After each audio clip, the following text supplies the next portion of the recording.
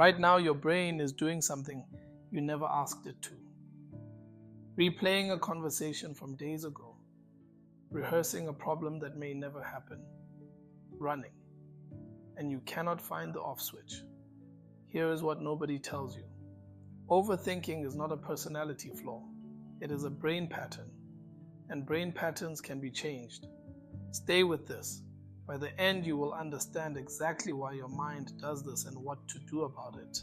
Most people try to stop overthinking by thinking harder about it. That never works. Your brain has a built-in network that switches on the moment you stop focusing on a task. Scientists call it the default mode network. It generates thought automatically.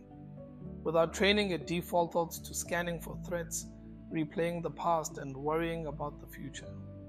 This is not weakness. This is an untrained mind doing exactly what untrained minds do when left to their own devices. Here's the trap nobody warns you about. Overthinking feels useful. It disguises itself as planning, preparation, problem solving. Your brain even rewards you a small hit of relief every time you replay a scenario. But the truth is, most overthinking produces zero real solutions. It keeps the stress response running, draining mental energy while generating the feeling of progress without any actual forward movement. You feel productive, but you are just spinning in place, burning fuel, going nowhere. The reason overthinking is so hard to stop comes down to one word: loops.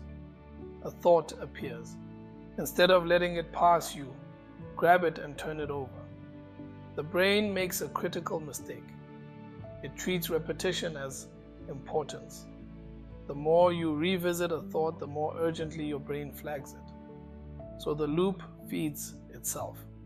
One anxious thought becomes 5. 5 become a web. And suddenly escaping feels genuinely impossible from the inside. What makes overthinking genuinely dangerous is that it does not stay in your head. Your nervous system cannot tell the difference between a real threat and an imagined one. When your mind runs anxious loops, your body responds. Cortisol spikes, muscles tighten, sleep becomes harder. Over time, this creates a quiet, persistent state of low-grade stress. Not dramatic, just constant. A system that never fully recovers between one worry cycle and the next. The mind and body stay locked. Here is where everything shifts. The exit from overthinking is not more thinking. It is awareness. There is a profound difference between being swept away by a thought and noticing that you are thinking. That gap, that single moment of stepping back, is where the pattern begins to lose its power. Neuroscience calls this metacognition. When you activate this observing awareness, a different part of your brain lights up. The loop loses grip. You become the watcher. One of the most research-backed tools for breaking the overthinking cycle is almost embarrassingly simple: cognitive labeling. When a thought spirals, you name it quietly. That is a worry thought. That is the what-if loop. A UCLA study found that simply labeling an emotional thought reduces amygdala activity measurably, your brain's alarm system. You are not suppressing the thought. You are stepping outside it. Named thoughts lose power over you. Distance replaces being swept completely away. Here is the twist most people miss. Not all repetitive thinking is a problem. There is a crucial difference between rumination and reflection. Reflection is purposeful. You think something through, extract a real insight, and move forward. Rumination is circular. You return to the same thought and arrive nowhere new. Psychologists identify rumination as one of the strongest predictors of anxiety and depression. The problem is not thinking deeply. It is thinking in circles without ever moving forward. The fastest interruption to an overthinking loop is something your brain physically cannot do at the same time. Be fully present. When attention moves into right now, your default mode network quiets down. This is measurable neuroscience, not philosophy. The task positive network activates and directly competes with the rumination network. Your mind holds only one focus at a time. Presence does not just feel peaceful. It is a direct, proven interruption of the entire overthinking cycle. Your breath is the most direct route back to the present moment. Breathing is the only automatic body function you can consciously control. When you slow your exhale deliberately, you activate the parasympathetic nervous system. Your body's recovery state. Cortisol drops. The stress response softens. 3 slow, deliberate breaths can shift your brain state in under 60 seconds. Not because it is relaxing, because it interrupts the loop at the physiological level where the pattern actually lives. Here is a tool that works differently from everything else: writing. Not because it solves problems, but because it moves them outside your head. Thoughts trapped inside feel enormous and shapeless. Writing forces you to find words, and that creates structure, distance, and perspective. Psychologist James Pennebaker's research showed expressive writing measurably reduces cortisol and lowers anxiety. Putting thoughts onto a page moves them from inside your nervous system to outside it. The mind gets room to breathe. This is the part most people skip, and it is the most important.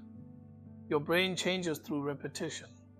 Every time you notice an overthinking loop and consciously redirect your attention, you are building a new neural pathway. Neuroplasticity, working in your favor. The old rumination loop does not vanish overnight, but each redirection weakens it. Each act of awareness strengthens the new pattern. You are not fighting your mind. You are patiently and consistently rewriting it from within. There is one thing that makes overthinking dramatically worse, and almost nobody talks about it: self-criticism. When you judge yourself for overthinking, you activate the exact same stress response as the original anxious thought, adding a second loop on top of the first. Research consistently shows self-compassion, meeting your mental struggle with understanding rather than judgment, reduces rumination more effectively than self-criticism. The mind does not need more pressure. It needs permission to finally settle down. The most underrated overthinking interrupt is not a mental technique, it is movement. When you move your body, walk, run, stretch, you shift blood flow, release stored tension, and trigger BDNF, a protein supporting new neural connections. Exercise reduces cortisol and raises dopamine and serotonin. But the deeper reason movement works is simpler. Attention moves into the body. And when attention is in the body, it is no longer running loops inside your head. The cycle breaks. Overthinking does not happen in isolation. It is fed by specific conditions: constant notifications, excessive news, aimless scrolling, fragmented sleep. Part of working with your mind is designing the environment around it deliberately. Sleep protects emotional regulation. Quiet time allows the nervous system to reset.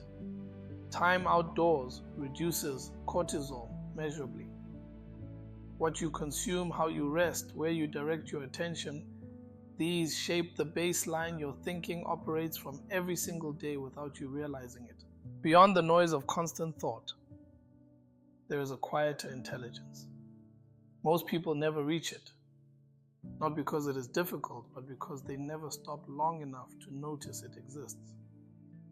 When the thinking mind settles, something clearer surfaces, a steadier knowing, a perspective that does not need to be forced. This is not mystical. It is simply what your mind can offer when it is no longer burning on stress and reaction every single moment. You do not need to fix your mind. You need to understand it. Overthinking is not a flaw. It is a learned pattern that can change. Awareness is where it starts. one moment of noticing, one labeled thought, one conscious breath.